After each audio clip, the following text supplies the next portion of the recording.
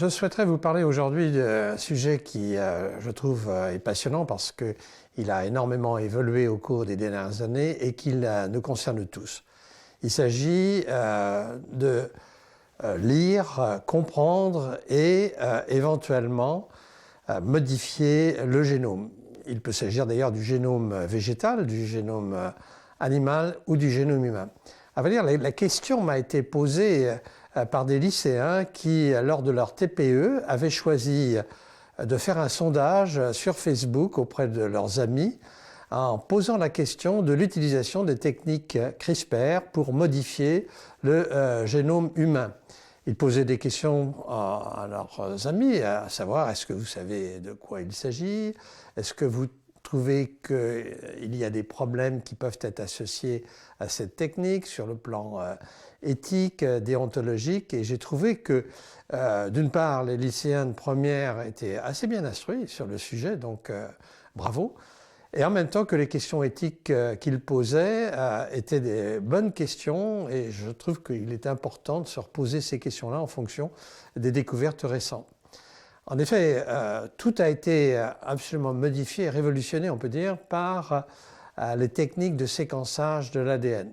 C'est quelque chose qui est apparu il y a finalement relativement peu de temps, je dirais depuis les années 2000-2005, et qui, à l'heure actuelle, permettent chez n'importe quel d'entre nous, d'entre vous, de faire une séquence complète de son ADN, de notre ADN, pour moins de 1000 €. Et on peut avoir à l'issue de ce séquençage, donc de la lecture de l'ADN, on peut avoir, je dirais, une indication sur un certain nombre de gènes qui peuvent être porteurs d'affections héréditaires sévères, et je pense à des maladies graves, comme par exemple le cancer du sein qui peut être porté par une modification génétique sur un gène qui s'appelle BRCA1, et puis d'autres gènes qui peuvent être importants aussi pour des maladies telles que la maladie de Huntington, la mucoviscidose, etc. Donc il est important de se rendre compte qu'aujourd'hui, même si légalement il n'est pas permis de demander le séquençage de son ADN, il faut le faire à l'étranger, et c'est aujourd'hui encore illégal, il est néanmoins possible d'avoir cette lecture. Mais lecture ne veut pas dire comprendre. On peut lire, mais pas comprendre ce qu'on lit. Et donc, c'est une deuxième étape qui est nécessaire de bien avoir à l'esprit. C'est-à-dire que quand on a fait cette lecture et qu'on a quelques informations, il faut bien distinguer ce qui sera finalement une information utile, effectivement, parce que dans une famille, il peut y avoir des maladies héréditaires qui sont transmissibles et qu'on peut repérer par la lecture du génome ainsi fait. Et puis, il y a d'autre part des maladies qui sont plus complexes. D'ailleurs, on les appelle des maladies complexes parce qu'elles dépendent de plusieurs gènes et aussi des facteurs d'environnement. Et à ce moment-là, la lecture du génome est de peu d'intérêt. C'est le cas des maladies communes comme le diabète, comme l'hypertension artérielle, comme l'hypercholestérolémie, comme les maladies, un bon nombre de maladies dégénératives, cardiovasculaires ou neurologiques. Donc on a une indication, mais l'indication ne suffit pas. L'indication est valable quand on s'adresse à des grands groupes, mais pour un individu donné, l'indication tirée de la lecture du génome n'est pas suffisante. Alors, ce qui est absolument merveilleux aujourd'hui, c'est de se dire qu'on peut modifier le génome. Alors, on peut le modifier dans un but, naturellement, d'amélioration. D'amélioration, par exemple, au niveau du végétal.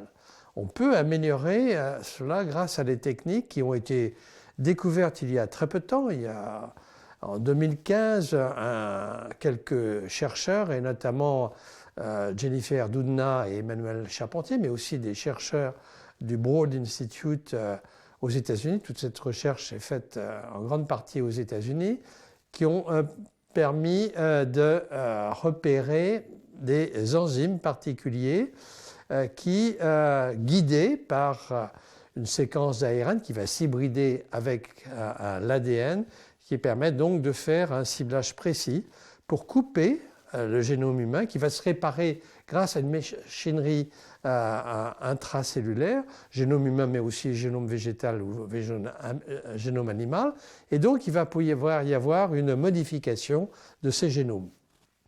Par exemple, il y a une sorte de blé qu'on appelle le blé A, qui est riche en vitamines, qui peut être ainsi modifié par la technique CRISPR, on l'appelle CRISPR, CRISPR-Cas9, il y a d'autres Cas protéines. Et donc cette technique permet d'aboutir finalement à l'obtention d'un blé que l'on peut obtenir aussi par des techniques classiques, je dirais, de sélection naturelle à partir de mutations soit induites, soit des mutations spontanées, mais beaucoup plus rapidement. Donc avec des rendements bien supérieurs pour pouvoir avoir un blé de qualité. C'est vrai aussi de l'amélioration d'un certain nombre d'espèces animales. On peut par exemple produire des bœufs sans cornes. Ça c'est important pour éviter, je dirais, dans des espèces bovines, le traumatisme qui peut être induit par les cornes chez l'éleveur ou chez le bétail. Et naturellement, il se pose la question chez l'homme. Alors chez l'homme, il faut bien distinguer deux choses.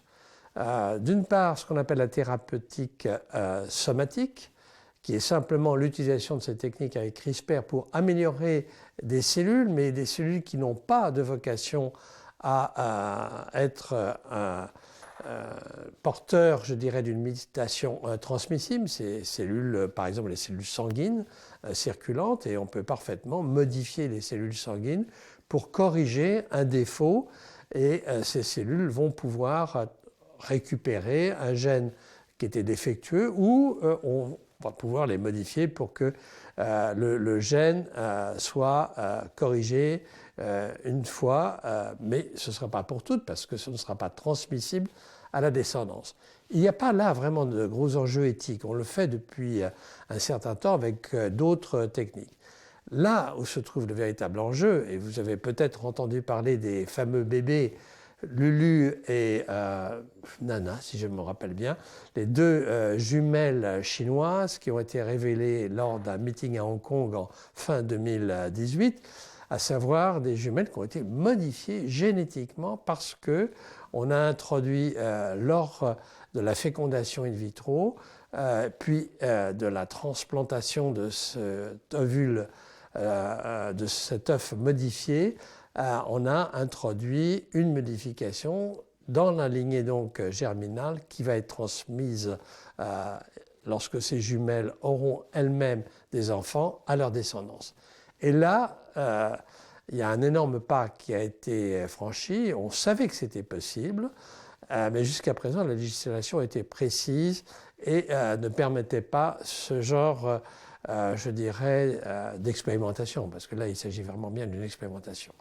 Donc, on pourra discuter de cela parce que, évidemment, ça change éventuellement l'espèce humaine de façon durable, transmissible.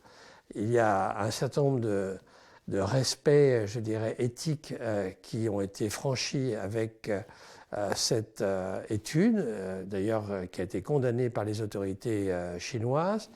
Et ce sera, je pense, l'objet d'une intéressante discussion qui va nous permettre de revenir, en fin de compte, à la technologie, comment on a pu utiliser cette nouvelle technique. Et en même temps, on ne peut pas finalement progresser dans l'étude du génome, sa compréhension et aussi sa manipulation, je mets entre guillemets manipulation, sans se poser ces questions-là. C'est une prolongation en quelque sorte de ce que nous offre aujourd'hui une très haute technologie, prolongation sur des réflexions éthiques sur le devenir finalement de l'humanité, pas moins.